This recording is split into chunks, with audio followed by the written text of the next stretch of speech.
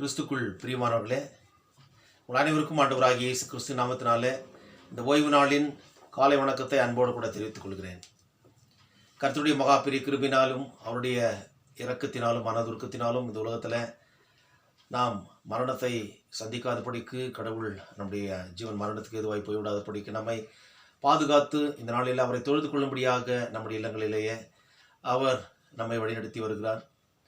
ஆண்டவரை இந்த நேரத்திலுமாய் எந்த ஒரு சூழ்நிலையிலும் நாம் தொழுது கொள்ள அவருக்கு ஏற்ற சாட்சிகளாக வாழ நாம் கடமைப்பட்டிருக்கிறோம். ஆகவே இந்த நேரத்தில் நம்முடைய இருதயங்களை தாழ்த்தி ஆண்டவரிடத்தில் நம்மை ஒப்பு கொடுத்து இந்த பரிசுத்த ஆலய வழிபாட்டிலே ஆராதனையில் நாம் கலந்து கொள்வோம். ஆண்டவரை நோக்கி நாம் வேண்டுதல் செய்வோம். துதிகளின் மத்தியில் வாசமாக இருக்கிற எங்கள் பரிசுத்த நல்ல ஆண்டவரே, கர்த்தாவே, இந்த மனமகிழ்ச்சியான ஓய்வு நாளின் காலை வேளைக்காக நாளும் கனடி செலுத்துகிறோம்.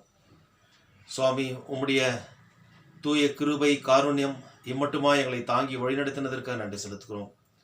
நாங்கள் நிர்மூலமாகாமல் இருப்பது உம்முடைய கிருபையே, உம்முடைய இரக்கங்களுக்கு முடிவில்லை. அது காலைதோறும் புதிதாக இருக்கிறது. இந்த காலை நேரத்தில் சுவாமி, நீர் செய்த பற்பல ஆத்தும சரீர நன்மைகளை இணைத்து பார்த்து எங்களுடைய உள்ளத்தின் ஆழத்திலிருந்து உங்களுக்கு நன்றி செலுத்துகிறோம். கர்த்தாவே, இந்த நேரத்தில் நாள் ஆராதித்து தொழுது கொள்ள எங்களுடைய இல்லங்களிலே நாங்கள் கூடி வந்திருக்கின்ற போது தேவனாகிய கர்த்தர் எங்கள் பத்தில் எங்கள் பரிசுத்தாவினர் பிரசன்னராயிருந்து எங்கள் ஒவ்வொருவரையும் நீர் ஆசீர்வதித்து வழிநடத்த எங்கள் மத்தியில் இருக்கிறீர். அதற்காக ஸ்தோத்திரம். ஆண்டவரை அடியை மறைத்து நீர் வெளிப்பட்டு எங்களோடு நீர் பேசும். உம்முடைய ஆசீர்வாதத்தினால் எங்களை நிரப்பி உமக்கு ஏற்ற சாட்சிகளாக இந்த உள்ளத்தில் வாழ கிருபை செய்துள்ளோம். மீட்பர் இயேசுவின் மூலம் ஜெபிக்கிறோம் பிதாவே, ஆமென். ஆண்டவருடைய நாம் மகிமைக்காக 6வது கீர்த்தனையை நாம் பாடுவோம். தருணம் இதுவே கிருபை கூறும். முதல் சரணம், 4ஆம் சரணம், 5ஆம் சரணத்தை நாம் பாடுவோம்.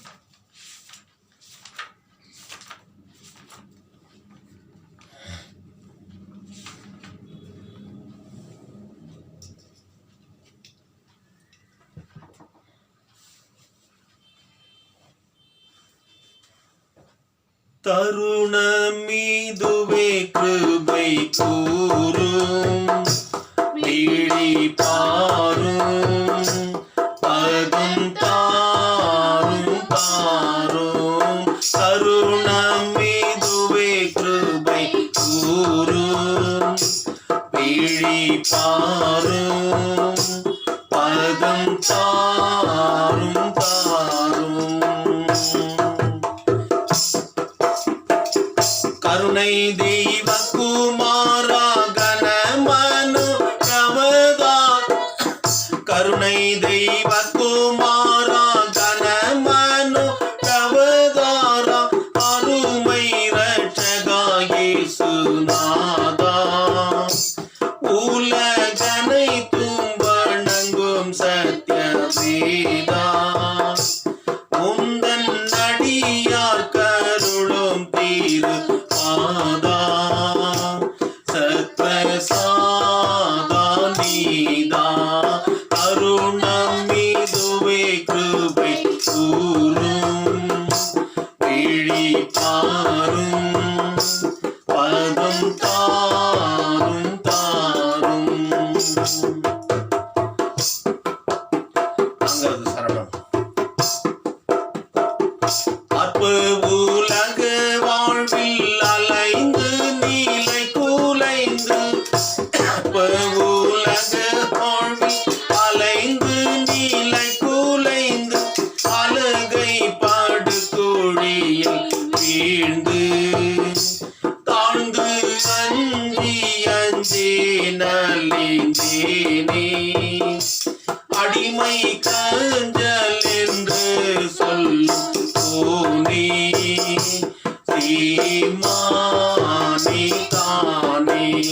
தருணம் இதுவே கிருபை கூறும், விழி பாரும், பதம் தாரும் தாரும்.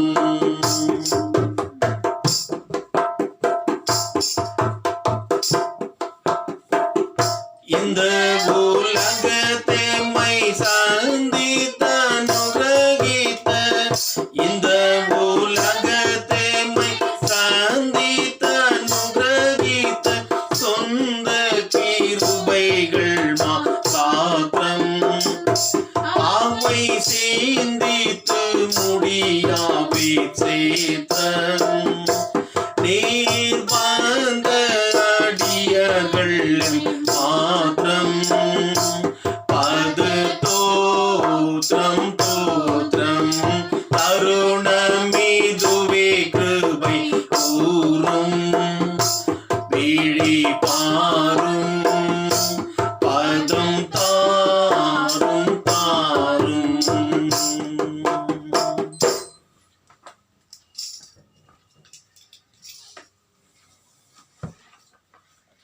பிரதான தேவாராதனை முறைமை the order of morning worship service பக்கம் 1.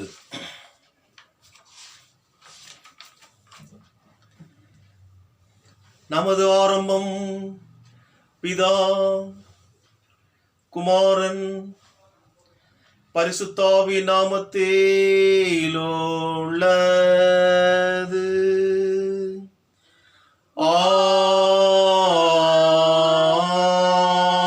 ஆமென்.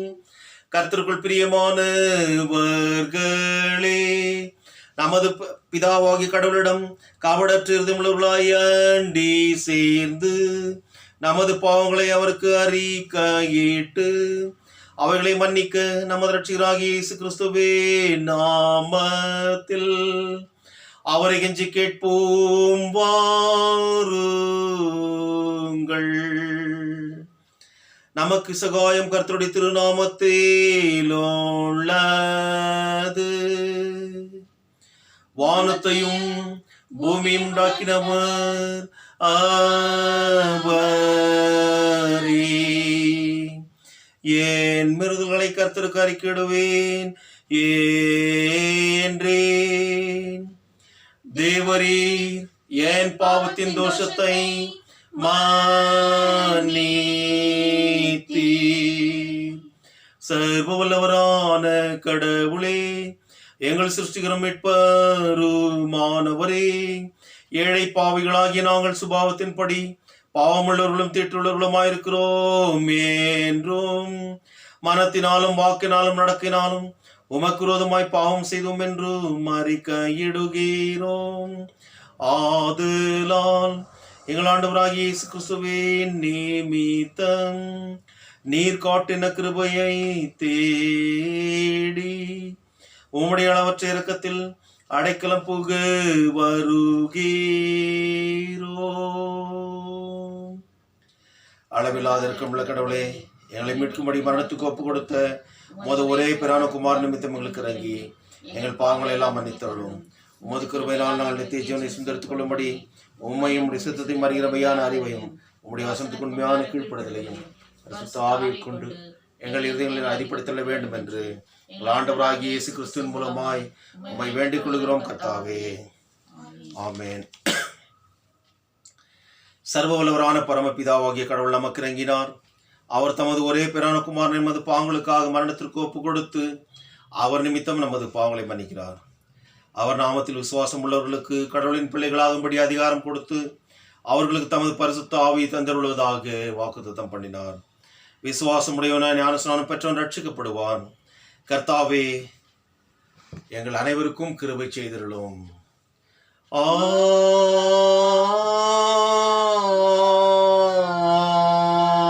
ஆமென். திருத்துவ பண்டிகைக்கு பின்வரும் 11ஆம் ஞாயிறு, த 11th Sunday after Trinity, இந்த நாளுக்கு என்று குறிக்கப்பட்டிருக்கின்ற ஆரம்ப வாக்கியம் பக்கம் 103. The introit is contained in page number 103.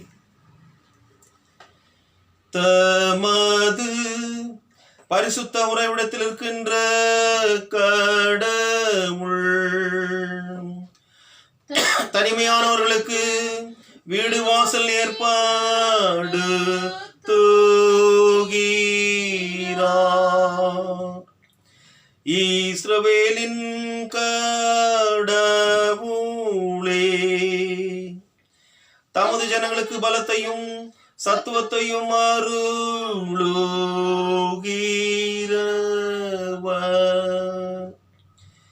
கடவுள் எழுந்தருளுவார், அவருடைய சத்துருக்கள் சிதறுண்டு போவார்கள். அவரை பகைக்கிறவர்கள் அவர் முன் ஓடி போவார்கள். பிதாவுக்கும் குமாரனுக்கும் பரிசுத்த ஆவிக்கும் மகிமையுண்டாவதாக,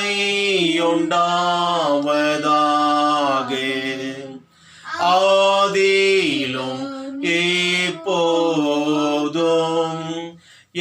எப்போதுமான யுகயுகங்களாய்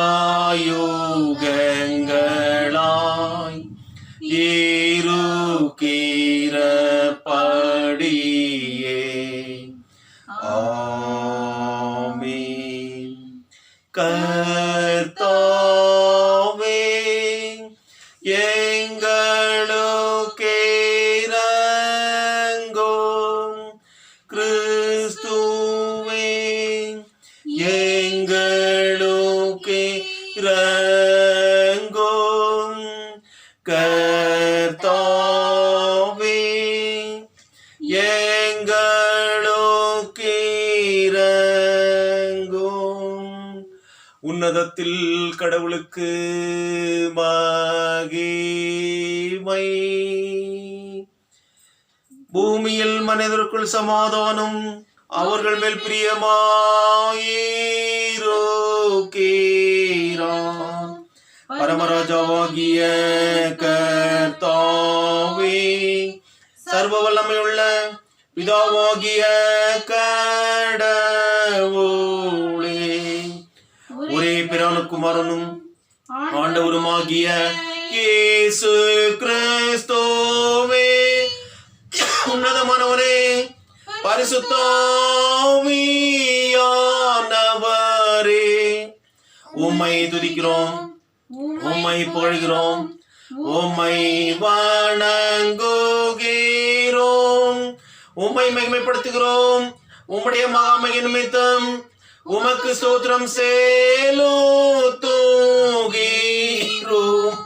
கர்த்தாவாகிய கடவுளே, கடவுளின் ஆட்டுக்குட்டியே, பிதாவின் சூதனே, உலகத்தின் பாவங்களை சுமந்து தீர்க்கிறவரே, எங்கள் ஜெபத்தை ஏற்றருளும். பிதாவின் வலது பார்சத்தில் இருக்கிறவரே, எங்களுக்கு இரங்கும். இயேசு கிறிஸ்துவே, மகிமையிலே பரிசுத்த ஆவியோடு நீர் ஒருவர் பரிசுத்த, நீர் ஒருவர் ஆண்டவர், நீர் ஒருவர் உன்னதமானவராயிருக்கிறீர். ஆமென். கர்த்தர் உங்களோடு இருப்பாராக.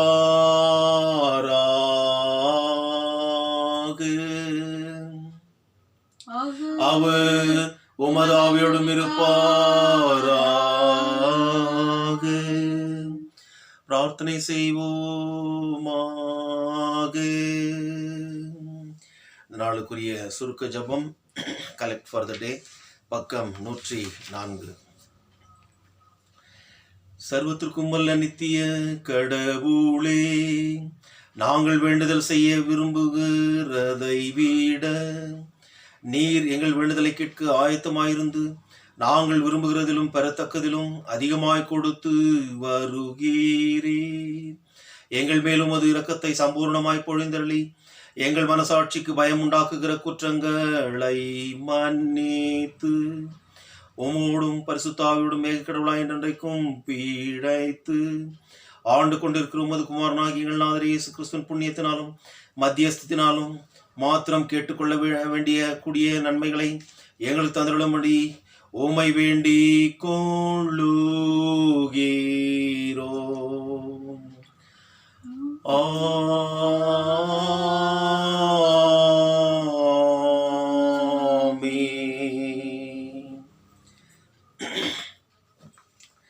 திருத்துவ பண்டிகை பின்வரும் 11ஆம் ஞாயிறு, the 11th Sunday after Trinity, இந்த நாளுக்கு என்று குறிக்கப்பட்டிருக்கின்ற திருமுறை பகுதிகளை வாசிக்க கேட்போம். முதலாவதாக சங்கீதங்களின் புஸ்தகம் 132ஆம் சங்கீதம் 1 முதல் கடைசி வரை நாம் முறையாக வாசிப்போம். Let us read Psalm 138 beginning from 1 to end in a responsive manner. என் முழு இருதயத்தோடும் உமக்கு நன்றி செலுத்துவேன். தேவர்களுக்கு முன்பாக உம்மை புகழ்ந்து பாடுவேன். உமது பரிசுத்த ஆலயத்துக்கு நேரில் திரும்பி உமது கிருபை நிமித்தமும் உமது உண்மை நிமித்தமும் உமது நாமத்துக்கு நன்றி செலுத்துவேன். உமது சகல பிரஸ்தாபத்துக்கும் மேலாக உமது வசனத்தை நீர் மேன்மைப்படுத்தியிருக்கிறீர். நான் கூப்பிட்ட நாளிலே எனக்கு மறுமொழி அருளினீர். என் ஆத்மாவுக்கு பலமளித்து என்னை தைரியப்படுத்தினீர். கர்த்தாவே, பூமியின் ராஜாக்கள் எல்லாரும் உமது வாயின் வார்த்தைகளை கேட்கும் போது உமக்கு நன்றி செலுத்துவார்கள். கர்த்தரின் மகிமை மேன்மையுள்ளதென்று அவர்கள் கர்த்தரின் வழிகளை பற்றி பாடுவார்கள். கர்த்தர் உயர்ந்தவராயிருந்தும் தாழ்மை உள்ளவனை கண்ணோக்குகிறார், மேட்டுமை உள்ளவனையோ தூரத்திலிருந்தே அறிகிறார். நான் துன்பத்தின் நடுவில் நடந்தாலும் நீர் என்னை உயிர்ப்பிப்பீர். என் சத்துருக்களின் கோபத்தை அடக்கும்படி உமது கரத்தை நீட்டுவீர். உமது வலது கை என்னை ரட்சிக்கும். அனைவரும் சேர்ந்து வாசிப்போம். கர்த்தர் எல்லாவற்றையும் எனக்கு செய்து முடிப்பார். கர்த்தாவே, உமது கிருபை என்றும் உள்ளது. உமது கரம் உண்டாக்கினவற்றை கைவிடாதேயும் என்பதே. அப்படி இன்றைக்காக குறிக்கப்பட்டிருக்கின்ற பழைய ஏற்பாட்டு வாக்கியத்தை நாம் வாசி கேட்போம். இந்த நாளுக்கு என்று குறிக்கப்பட்டிருக்கின்ற பழைய ஏற்பாட்டு வாக்கியம் ஏசாயா தீர்க்க தரிசன புஸ்தகம் 51ஆம் அதிகாரம் வசனங்கள் 1 முதல் 6 வரை.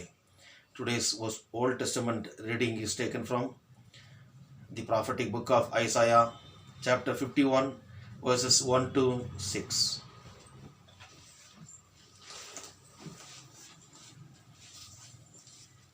Listen to me, you who pursue righteousness and who seek the Lord. Look to the rock from which you were cut, and to the quarry from which you were hewn.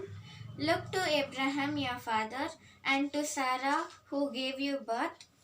When I called him, he was but one, and I blessed him and made him many. The Lord will surely comfort Zion and will look with compassion on all her ruins. He will make her deserts like Eden, her wastelands like the garden of the Lord. Joy and gladness will be found in her, thanksgiving and the sound of singing. Listen to me, my people, hear my nation. The law will go out from me. My justice will become a light to the nations. My righteousness draws near speedily. My salvation is on the way, and my arm will bring justice to the nations. The islands will look to me and wait in hope for my arm. Lift up your eyes to the heavens. Look at the earth beneath. The heavens will vanish like smoke. The earth will wear out like a garment, and its inhabitants die like flies. But my salvation will last forever. My righteousness will never fail. Here ends the Old Testament reading.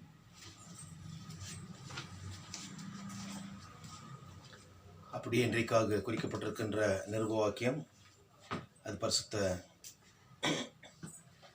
Pavul ரோமருக்கு எழுதின நிருபம் 11ஆம் அதிகாரம் வசனங்கள் 33 கடைசி வரை.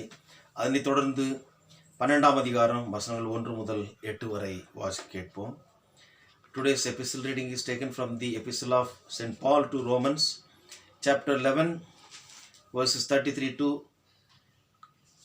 followed by chapter 12, 1 to 8.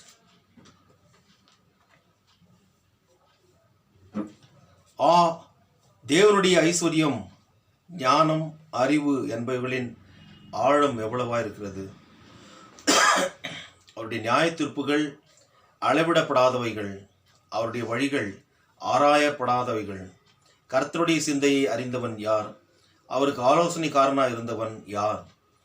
தனக்கு பதில் கிடைக்கும்படிக்கு முந்தி அவருக்கு ஒன்றை கொடுத்தவன் யார்?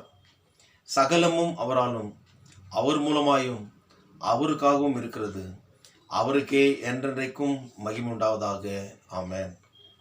அப்படி இருக்கு சகோதரரே, நீங்கள் உங்கள் சரீரங்களை பரிசுத்தமும் தேவனுக்கு பிரியமான ஜீவ பலியாக ஒப்புக் கொடுக்க வேண்டும் என்று தேவனுடைய இரக்கங்களை முன்னிட்டு உங்களை வேண்டிக் கொள்கிறேன். இதுவே நீங்கள் செய்யத்தக்க புத்தியுள்ள ஆராதனை.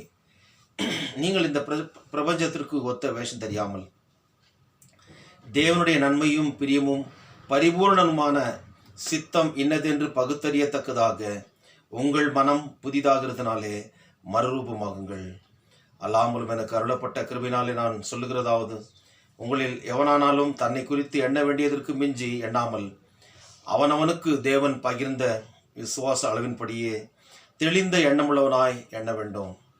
ஏனெனில் நமக்கு ஒரே சரீரத்தில் அநேக அவயவங்கள் இருந்தும் எல்லா அவயவங்களுக்கும் ஒரே தொழில் இராதது போல அநேகராகிய நாமும் கிறிஸ்துக்குள் ஒரே சரீரமாய் இருக்க ஒருவருக்கொருவர் அவயவங்களாய் இருக்கிறோம்.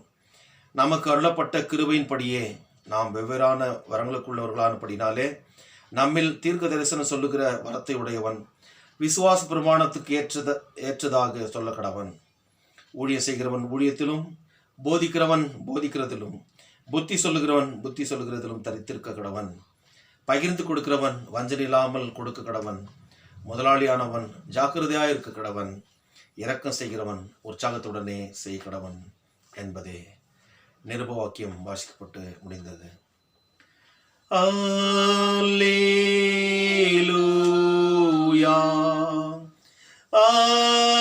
அல்லேலூயா, அல்லேலூயா.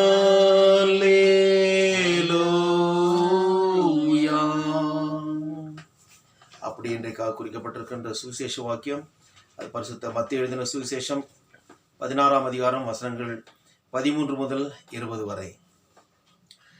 ஆண்டவரே உமக்கு மகிமையுண்டாவதாக.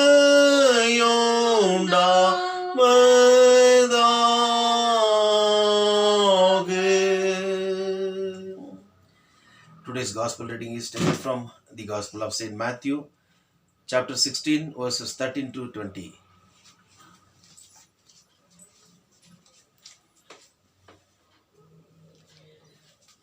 பின்பு இயேசு பிலிப்பு செசரியாவின் திசைகளில் வந்தபோது தம்முடைய சீஷரை நோக்கி, மனுஷகுமாரனாகிய என்னை ஜனங்கள் யார் என்று சொல்கிறார்கள் என்று கேட்டார். அதற்கு அவர்கள், சிலர் உம்மை யோவான் ஸ்நானன் என்றும், சிலர் எலியா என்றும், வேறு சிலர் எரேமியா அல்லது தீர்க்கதரிசிகளில் ஒருவர் என்றும் சொல்லுகிறார்கள் என்றார்கள். அப்பொழுது அவர், நீங்கள் என்னை யார் என்று சொல்லுகிறீர்கள் என்று கேட்டார். சீமோன் பேதுரு பிரதியுத்தரமாக, நீர் ஜீவனுள்ள தேவனுடைய குமாரனாகிய கிறிஸ்து என்றான். இயேசு அவனை நோக்கி, யோனாவின் குமாரனாகிய சீமோனே, நீ பாக்கியவான். மாம்சமும் இரத்தமும் இதை உனக்கு வெளிப்படுத்தவில்லை, பரலோகத்தில் இருக்கிற என் பிதா இதை உனக்கு வெளிப்படுத்தினார். மேலும் நான் உனக்கு சொல்லுகிறேன், நீ பேதுருவாய் இருக்கிறாய். இந்த கல்லின் மேல் என் சபையை கட்டுவேன், பாதாளத்தின் வாசல்கள் அதை மேற்கொள்வதில்லை. பரலோக ராஜ்யத்தின் திறவுகோல்களை நான் உனக்கு தருவேன். பூலோகத்திலே நீ கட்டுகிறது எதுவோ அது பரலோகத்திலும் கட்டப்பட்டிருக்கும், பூலோகத்திலே நீ கட்டவிழ்ப்பது எதுவோ அது பரலோகத்திலும் கட்டவிழ்க்கப்பட்டிருக்கும் என்றார். அப்பொழுது தாம் கிறிஸ்துவாக இயேசு என்று ஒருவருக்கும் சொல்லாதபடிக்கு தம்முடைய சீஷர்களுக்கு கட்டளையிட்டார். இதற்கான சுவிசேஷ வாக்கியம் வாசித்து முடித்தார்.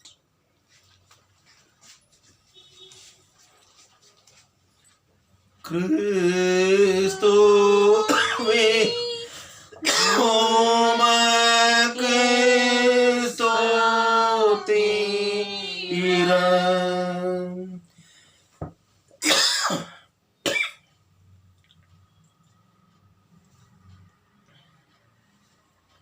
ஆண்டவருடைய வாழ்வழிக்கூடிய வார்த்தைகளை வாசிக்க கேட்ட நாம் அதற்கு மறுமொழியாக நம்முடைய விசுவாசத்தை உறுதி செய்யும் மூலமாக உலகில் உள்ள சகல பரிசுத்தவான்களோடு கூட சேர்ந்து அப்போஸ்தல விசுவாச பிரமாண வார்த்தைகளை அறிக்கை செய்வோம். பக்கம் 10. பரலோகத்தையும் பூலோகத்தையும் படைத்த சர்வவல்ல பிதாவாகிய கடவுளை விசுவாசிக்கிறேன். அவருடைய ஒரே பிரான குமாரனும் நம்முடைய ஆண்டவருமாகிய இயேசு கிறிஸ்து விசுவாசிக்கிறேன். இவர் பரிசுத்த ஆவியினால் கர்ப்பத்தில் உற்பவித்து கன்னிமரியாளிடத்தில் பிறந்து பொந்திய பிலாத்தின் கீழ்ப்பாடுபட்டு சிலுவையில் அறையுண்டு மரித்து அடக்கம் பண்ணப்பட்டார். பாதாளத்தில் இறங்கி 3ஆம் நாள் மரித்து வைத்திருந்தார். சர்வவல்ல பிதாவாகிய கடவுள் பார்சல் வெற்றிருக்கிறார். அவ்விடத்திலிருந்து உயிருள்ளவரை மரத்திலும் நியாயத்திற்கு வருவார். பரிசுத்த ஆவியை விசுவாசிக்கிறேன். பொதுவான பரிசுத்த கிறிஸ்து சபையும் பரிசுத்தவானுடைய ஐக்கியமும் பாவ மன்னிப்பும் சரீர உயிர்த்தெழுதலும் நித்திய ஜீவன் உண்டு என்று விசுவாசிக்கிறேன். ஆமென். தொடர்ந்து ஆண்டவருடைய நாம மகிமைக்காக 465வது ஞான பாடலை நாம் பாடுவோம். சபையின் அஸ்திவாரம் நன்மீட்பர் கிறிஸ்துவே என்ற பாடல் 1, 3, 4வது சரணத்தை பாடுவோம்.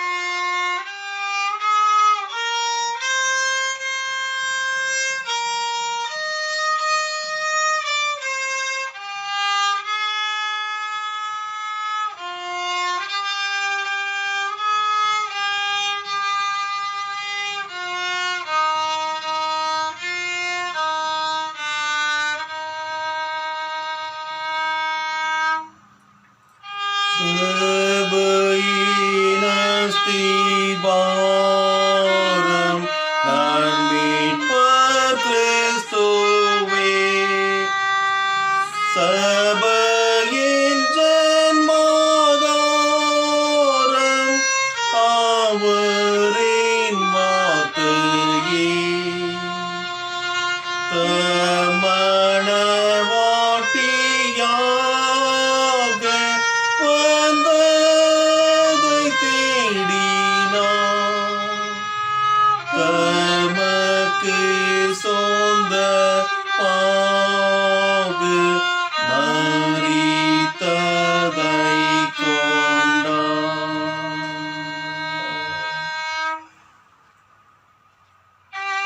கிறிஸ்துரை சாத்தான் லோகம் பயமுறுத்திடும்,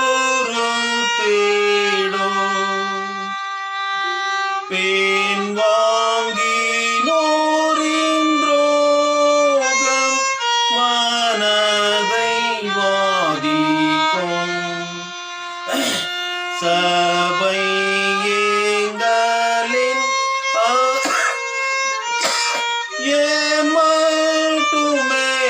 ஏமட்டுமென்பதாம், ஈராவில் கண்டவத்தம் காலையில் பூரிப்பான்.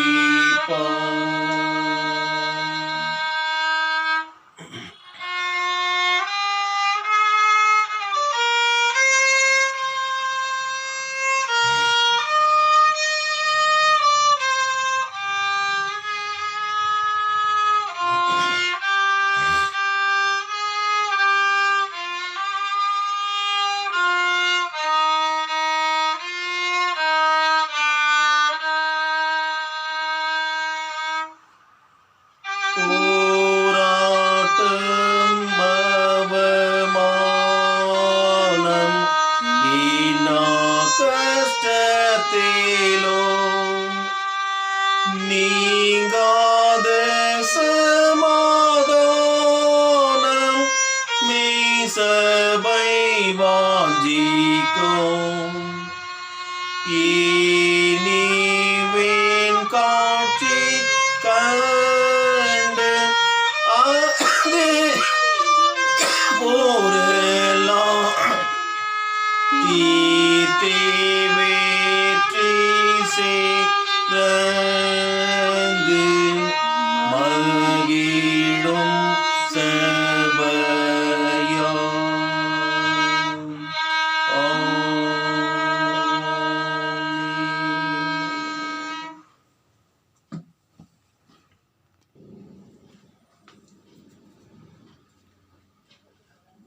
கிறிஸ்துக்குள் பிரியமானவர்களே, நம்முடைய பிதாவாகிய கடவுளிடமிருந்தும் ஆண்டவராகிய இயேசு கிறிஸ்துவிடமிருந்தும் அனைவருக்கும் கிருபையும் சமாதானம் உண்டாவதாக. ஆமென்.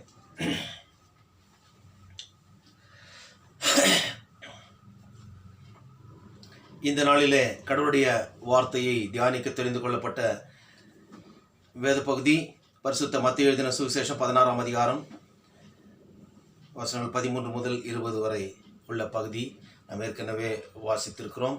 ஆகவே இந்த நேரத்தில் நேரடியாக செய்திக்கு செல்வதற்கு முன்பதாக ஆண்டவரை நோக்கி நாம் வேண்டுதல் செய்வோம். என் கண்மலையும் என் மீட்பெருமாகி கர்த்தாவே, என்னுடைய வாயின் வார்த்தைகளும் என்னுடைய இருதயத்தின் தியானமும் உம்முடைய சமூகத்தில் எப்பொழுதும் பிரீதியாக இருந்து அது எங்களுக்கு ஆசீர்வாதமாக விளங்கும். நாங்கள் உமக்கு ஏற்ற சாட்சிகளாக இந்த உலகத்தில் வாழ கிருபை செய்துள்ளோம். மீட்பர் இயேசுவின் மூலம் ஜெபிக்கிறோம் பிதாவே, ஆமென். கிறிஸ்துக்குள் பிரியமானவர்களே, இந்த நாளின் பிரசங்க பகுதிக்கு ஒரு தலைப்பை நாம் கொடுக்க வேண்டும் என்றால், மேசியாவும் அவர் தம் மக்களின் விசுவாசத்தால் விளையும் ஆத்தும ரட்சிப்பும். ஆண்டவராகிய இயேசு கிறிஸ்து இந்த உலகத்தில் நம்மை ரட்சிக்கும்படியாக கடவுளால் அவர் அனுப்பப்பட்டார். மேசியாவாக இந்த உலகத்தில் நம்மை படைத்து நம்மை விடுவித்து பாதுகாத்து வழிநடத்துகின்ற தெய்வம் திரியேக கடவுள் மேசியாவாக இந்த உலகத்தில் வந்து அவர் எப்படியாக நம்மை வழிநடத்தினார் என்பதை இந்த நாளில் நாம் தியானிப்போம். பொதுவாக ஒரு பழமொழியை சொல்வார்கள், உன் நண்பன் யார் என்று நீ சொல்லு, நீ எப்பேற்பட்டவன், நீ யார் என்று நான் உனக்கு சொல்லுகிறேன் என்று சொல்வார்கள்.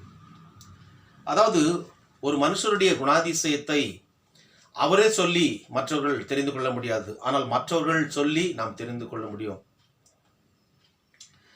நான் யார், எப்படிப்பட்டவன் என்பதை நானே சொல்ல முடியாது. Others has to say that such a person is such a person என்று சொல்லி மற்றவர்கள் சொல்ல வேண்டும், மற்றவர்கள் சர்டிஃபை பண்ண வேண்டும். கிறிஸ்துக்குள் பிரியமானவர்களே, சிலரை பார்க்கின்ற போது அவனா என்று சொல்வார்கள். அவனா என்று சொல்கின்ற போதே அந்த டைனமிக்ஸ்லேயே தெரியும் அவன் ரொம்ப மோசமானவன் என்று சொல்லி. ஓ அவரா எப்படி அப்படி சொல்லுகின்ற போது, ஒரு ஆச்சரியக்குறியோடு சொல்லுகின்ற போது அவர் மிக நல்லவர் என்பதை அந்த ஒரு டைனமிக்ஸ், அந்த எக்ஸ்பிரஷன் மூலமாகவே நாம் தெரிந்து கொள்ளும். கிறிஸ்துக்குள் பிரியமானவர்களே, இந்த நாளில் ஆண்டவராகிய இயேசு கிறிஸ்து கூட மத்தேயு எழுதின சுவிசேஷம் 16:13-20 வரைக்கும் பார்க்கின்ற போது முதலாம் வசனத்தில் அவர் இந்த வார்த்தையை கேட்கிறார். எந்த இடத்திலிருந்து அவர் கேட்கிறார் என்று பார்க்கின்ற போது, பிலிப்பி செசரியா என்ற இடத்துல ஆண்டவராகிய இயேசு கிறிஸ்து அந்த திசைகளில் வந்தபோது தம்முடைய சீஷரை நோக்கி, மனுஷகுமாரனாகிய என்னை ஜனங்கள் யார் என்று சொல்கிறார்கள் என்று கேட்டார். இந்த பிலிப்பி செசரியா என்பது it is a gentile territory. எருசலேமிலிருந்து சுமார் 120 மைல்கள் தூரத்தில் உள்ள வடக்கு பாலஸ்தீன பிராந்தியம்தான் இந்த பிலிப்பு செசரியா. இது பொதுவாக பல நம்பிக்கையுடைய மக்கள், மத நம்பிக்கையுடைய மக்கள் வாழ்கின்ற ஒரு இடமாக இருந்தது. விசேஷமாக பாகாலை தரிசிக்கின்ற, அதற்கு அதாவது தூபம் காட்டுகின்ற, வணங்குகின்ற ஒரு மைய பகுதியாக இந்த இடம் இருந்தது. அங்கே கிரேக்கர்களுடைய கடவுளாகிய பான் என்பவருக்கு ஒரு கோயிலை கட்டியிருக்கிறார்கள், ஒரு பிரசித்தி பெற்ற கோயில். அது மாத்திரமல்ல, மகா ஏரோது, ஹீரோத் தி கிரேட் அரசன், அங்கு அந்த நாட்களில் இருந்த சீசரை கௌரவப்படுத்தும் வண்ணமாக ஒரு பெரிய டெம்பிளை கட்டினான். அந்த காலத்தில் ராஜா அவன் கடவுளுக்கு இணையாக சொல்லப்பட்டு அவனை வணங்க வேண்டும், அவனுக்கு மண்டியிட வேண்டும் என்று சொல்லி மக்களை அவர்கள் பயமுறுத்தி அவருடைய கட்டுப்பாட்டிலே மக்களை அடிமைகள் போல நடத்தி கொண்டிருந்தனர். இப்பேற்பட்ட அந்நிய தேவர்களை வணங்குகின்ற மூட நம்பிக்கையிலே ஊறி போன மக்கள் வாழ்கின்ற இந்த இடத்துல தான் ஆண்டவராகிய இயேசு கிறிஸ்து சென்று ஊழியம் செய்து, அதன் பிறகு ஒரு ஃபீட்பேக்காக தன்னுடைய சீஷர்களிடத்துல அவர் கேட்கிறார், மனுஷகுமாரனாகிய என்னை ஜனங்கள் யார் என்று சொல்கிறார்கள் என்று சொல்லி.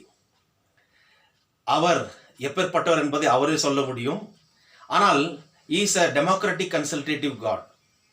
ஜனநாயகத்தை விரும்புகிறவர், மக்களுடைய மனதை அறிந்தவர், மக்கள் மெச்சிய கடவுள், மக்களுக்காகவே வந்தவர்.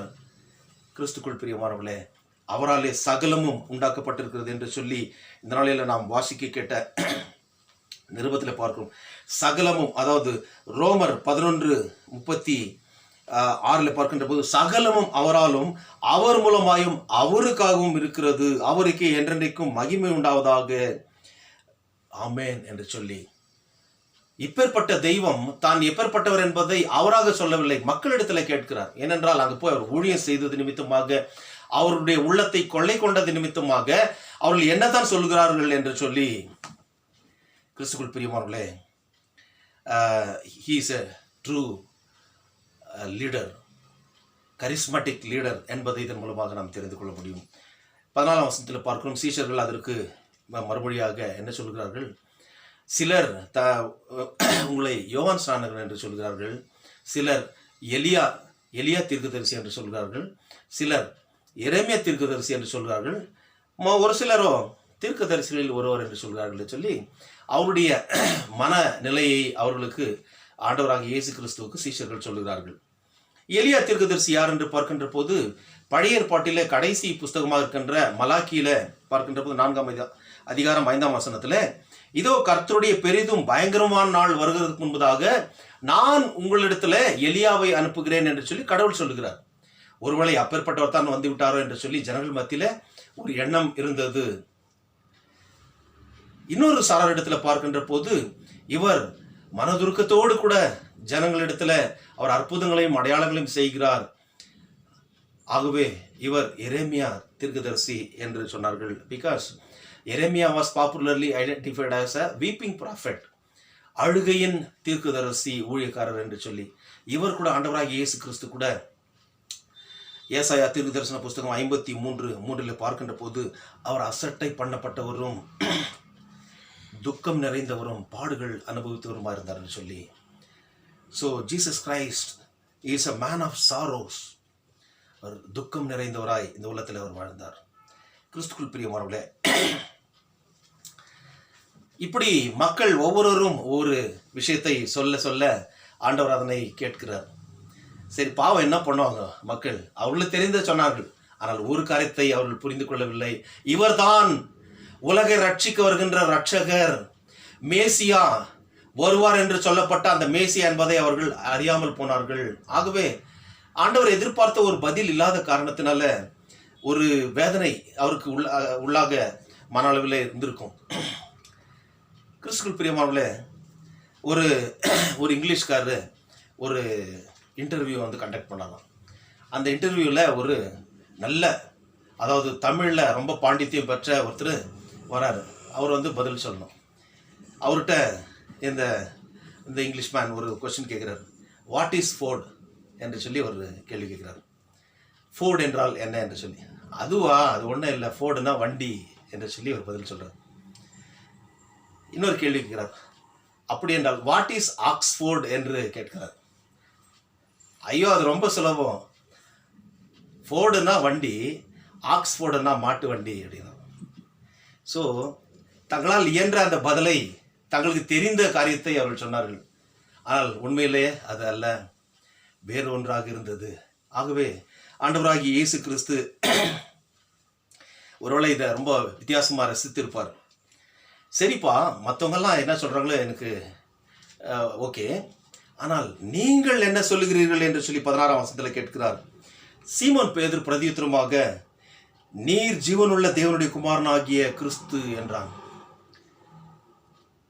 நீர் ஜீவனுள்ள தேவனுடைய குமாரனாகிய கிறிஸ்து என்று அவன் சொன்ன மாத்திரத்தில் ஆண்டவராகிய இயேசு கிறிஸ்து மிக அவர் சந்தோஷப்பட்டவராக, மகிழ்ச்சி அடைந்தவராக அவர் 17ஆம் வசனத்தில் சொல்கிறார். இயேசு அவனை நோக்கி, யோனாவின் குமாரனாகிய சீமோனே, நீ பாக்கியவான், மாம்சமும் இரத்தமும் இதை உனக்கு வெளிப்படுத்தவில்லை, பரலோகத்தில் இருக்கிற என் பிதா இதை உனக்கு வெளிப்படுத்தினார் என்று சொன்னார். கிறிஸ்துக்குள் பிரியமானவர்களே, ஏசாயா தீர்க்கதரிசி தன்னுடைய தீர்க்க தரிசன புஸ்தகத்தில் 61ஆம் அதிகாரம் 1-3 வரைக்குமே பார்க்கின்ற போது, கர்த்தருடைய ஆவியானவர், தேவனுடைய ஆவியானவர் என் மேல் இருக்கிறார், தரித்திரருக்கு சுவிசேஷத்தை பிரசங்கிக்கவும், இருதயம் நொறுங்கு கொண்டவர்களுக்கு காயம் கட்டவும், சிறைப்பட்டவர்களுக்கு விடுதலை கொடுக்கவும் அவர் என்னை அனுப்பினார் என்று சொல்லி மேசியாவை அனுப்பினார். ஆகவே தான் இங்கே கூட பேதுரு சொல்லுகிறார், நீர் ஜீவனுள்ள தேவனுடைய குமாரனாகிய கிறிஸ்து என்று சொல்லி. அந்த ஏசாயா 61:1 மிக தெளிவாக அந்த வசனம் இருக்குது. கர்த்தராகிய தேவனுடைய ஆவியானவர், இந்த தேவ ஆவியானவர் மூலமாகவே ஆண்டவராகிய இயேசு கிறிஸ்து இந்த உலகத்துல கன்னியின் வயிற்றிலே அவர் கர்ப்பம் தரித்து பிறந்தார். ஆகவே தேவனுடைய குமாரன் என்று சொல்ல அவர் தகுதியானவர். அவர் கிறிஸ்து என்று சொல்லுகின்ற போது மேசியா, அபிஷேகம் பண்ணப்பட்டவர். அதே வசனத்தில் நாம் பார்க்கிறோம், கர்த்தராகிய தேவனுடைய ஆவியானவர் என்மேல் இருக்கிறார். மிக அழகான ஒரு இது வசனம் இல்லைங்களா? அது அந்த வசனத்தில் பார்க்கின்ற போது ரொம்ப அழகான ஒரு காரியத்தை அந்த முதலாவது வசனத்திலே அவர் சொல்லுவார்.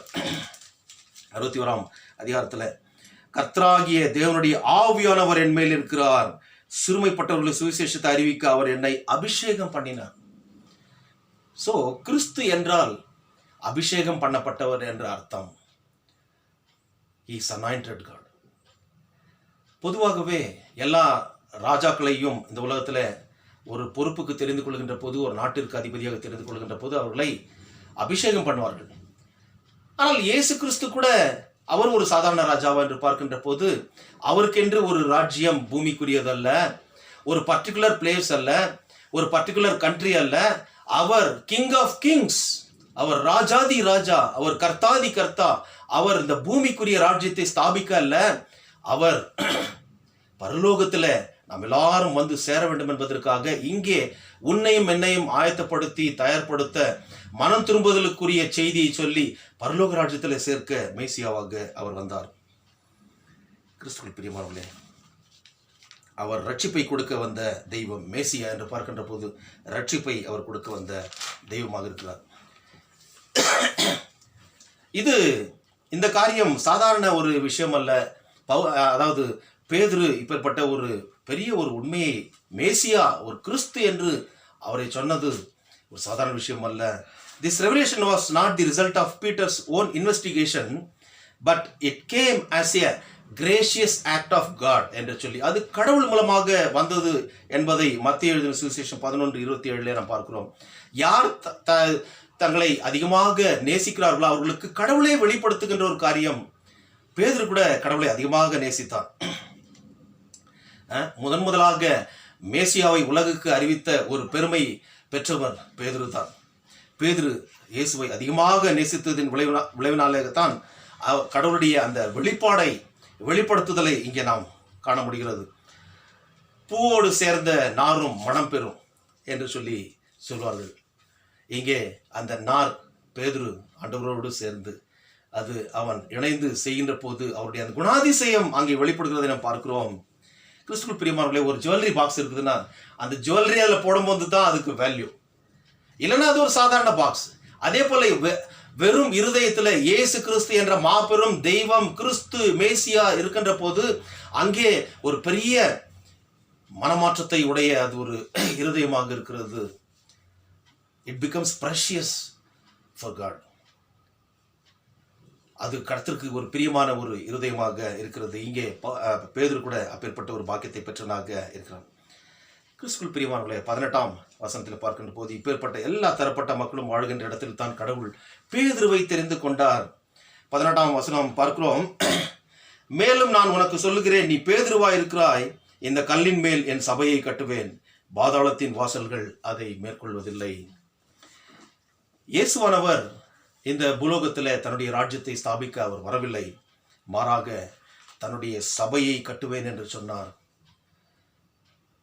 தன்னுடைய சபையை கட்டுவேன் என்று சொல்லி பேதுருவை இங்கே அவர் அதற்கென்று தேர்ந்தெடுக்கிறார். பேதுரு என்ற வார்த்தைக்கு கிரேக்க வார்த்தையில் பார்க்கும்போது பெட்ரோஸ் என்று சொல்லி, பெட்ரோஸ் என்றால் எஸ்டோன் என்று சொல்லி ஒரு சின்ன கல். இந்த ஒரு சின்ன கல்லை இந்த பெட்ரோஸ் பெட்ராவோடு இணைகின்ற போது, பெட்ரா என்றால் a big rock, a large rock. அது யார் என்று பார்க்கின்ற போது கடவுள். பெட்ரோஸ் பெட்ரா என்று பார்க்கின்ற போது கடவுள். ஆண்டவரோடு கூட அவன் இணைந்து இந்த அதாவது திருச்சபையை கட்டுகின்ற போது அது மிக உறுதி படைத்ததாக இருக்கும். பாதாளத்தின் வாசல்கள் அதை மேற்கொள்வதில்லை, யாராலுமே அதனை அசைக்க முடியாது. ஒரு சாதாரண சின்ன கல்லை கடவுள் அந்த பெரிய பாறையாகிய பெட்ரா ஆண்டவர் அவருக்கு இன்னொரு குணாதிசயம் உண்டு. பழைய ஏற்பாட்டில் பார்க்கும்போது எல்ஷடா என்று சொல்லி பாறையை போன்றவர் என்ற அர்த்தம். சர்வ வல்லவர் மேல் இந்த ஒரு சின்ன கல், அதனை ஒரு பொருட்டாக வைத்து மையமாக வைத்து இந்த திருச்சபையை கட்டுவேன் என்று சொல்லி அவர் கொடுக்கிறார். மனுஷராகிய நம்மிடத்தில் எவ்வளவு அவர் எதிர்பார்க்கிறார் இல்லைங்களா? பெரிய பொறுப்பை கொடுக்கிறார். ஏனென்றால் அவர் என்ன நினைக்கிறாரோ, என்னுடைய பிள்ளையும் இந்த காரியத்தை செய்து முடிப்பான், என்னுடைய நாம மகிமைக்கு என்று சொல்லி அவர் நம்புகிறார். அந்த காரியத்தை பேதுரு செய்தாரா என்று பார்க்கின்ற போது மிக சிறப்பாக செய்தார். அதே நேரத்தில் பேதுருக்கு ரொம்ப ஆர்வ கோளாறு அதிகமாக இருக்கும். எந்த ஒரு விஷயத்திலையும் ஆண்டவர் சொல்றதுக்கு முன்னதாக அவரே ஆன்சர் பண்ணுவார். ஆக்டிவாக இருப்பார். ஆனால் ஹைப்பர் ஆக்டிவாக இருக்கிறது இன்னொரு பெரிய தப்பு. ஆனாலும் கூட அவர் தன்னுடைய வழியிலிருந்து கடவுளை விட்டு செல்லவில்லை. இப்பேற்பட்ட ஒரு தெய்வத்திடமிருந்து ஒரு பெரிய பொறுப்பை பெற்றுக்கொண்ட பேதுரு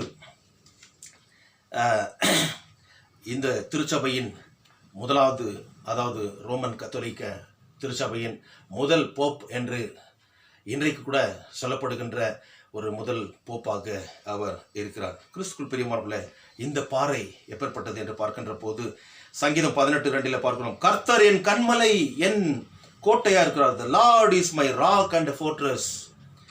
அவர் பாறை, கன்மலை. உபாகமம் 32:4 பார்க்கும்போது he is rock, அவரே கன்மலை.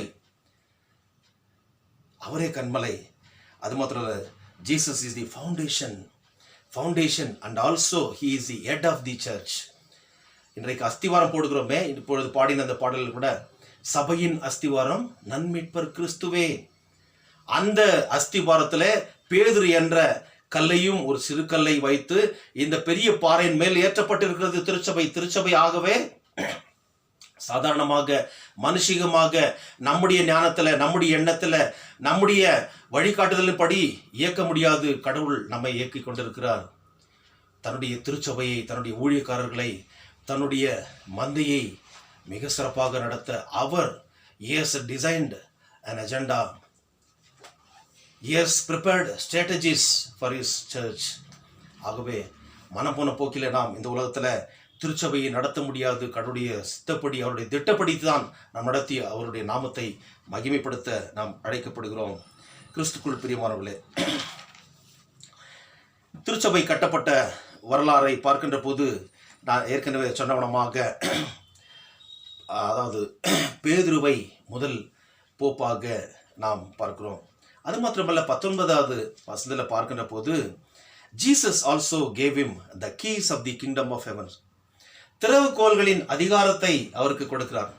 திறவுகோல்களின் அதிகாரம் என்ன என்று பார்க்கின்ற போது the concept of eternal church authority. திறவுகோல்களின், பரலோகத்தின் திறவுகோல் என்ன என்று பார்க்கின்ற போது it is a concept of eternal church authority. என்றென்றும் வாழக்கூடிய திருச்சபையினுடைய ஒரு அதிகாரம் தான் அது. ஆனால் பூலோக வாழ்க்கையில இங்கேயே நடந்து முடிகின்ற ஒரு காரியம் போல நம்ம என்ன பண்றோம்?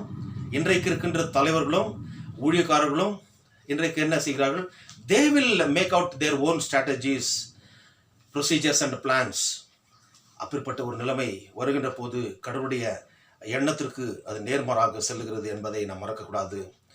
பூலோகத்தில் கட்டுகிற, பூலோகத்தில் கட்டப்படுகின்ற எந்த ஒரு காரியமும் அது பரலோகத்தில் கட்டப்பட்டிருக்கும். பூலோகத்தில் கட்டவிழ்க்கின்ற காரியம் அது கட்டவிழ்க்கப்படும். திறவுகோல் மற்ற அதிகாரங்கள் விஷயங்களை குறித்து பார்க்கின்ற போது இதன் மூலமாக நாம் மன்னிக்கிற ஒரு அதிகாரத்தை பெறுகிறோம்.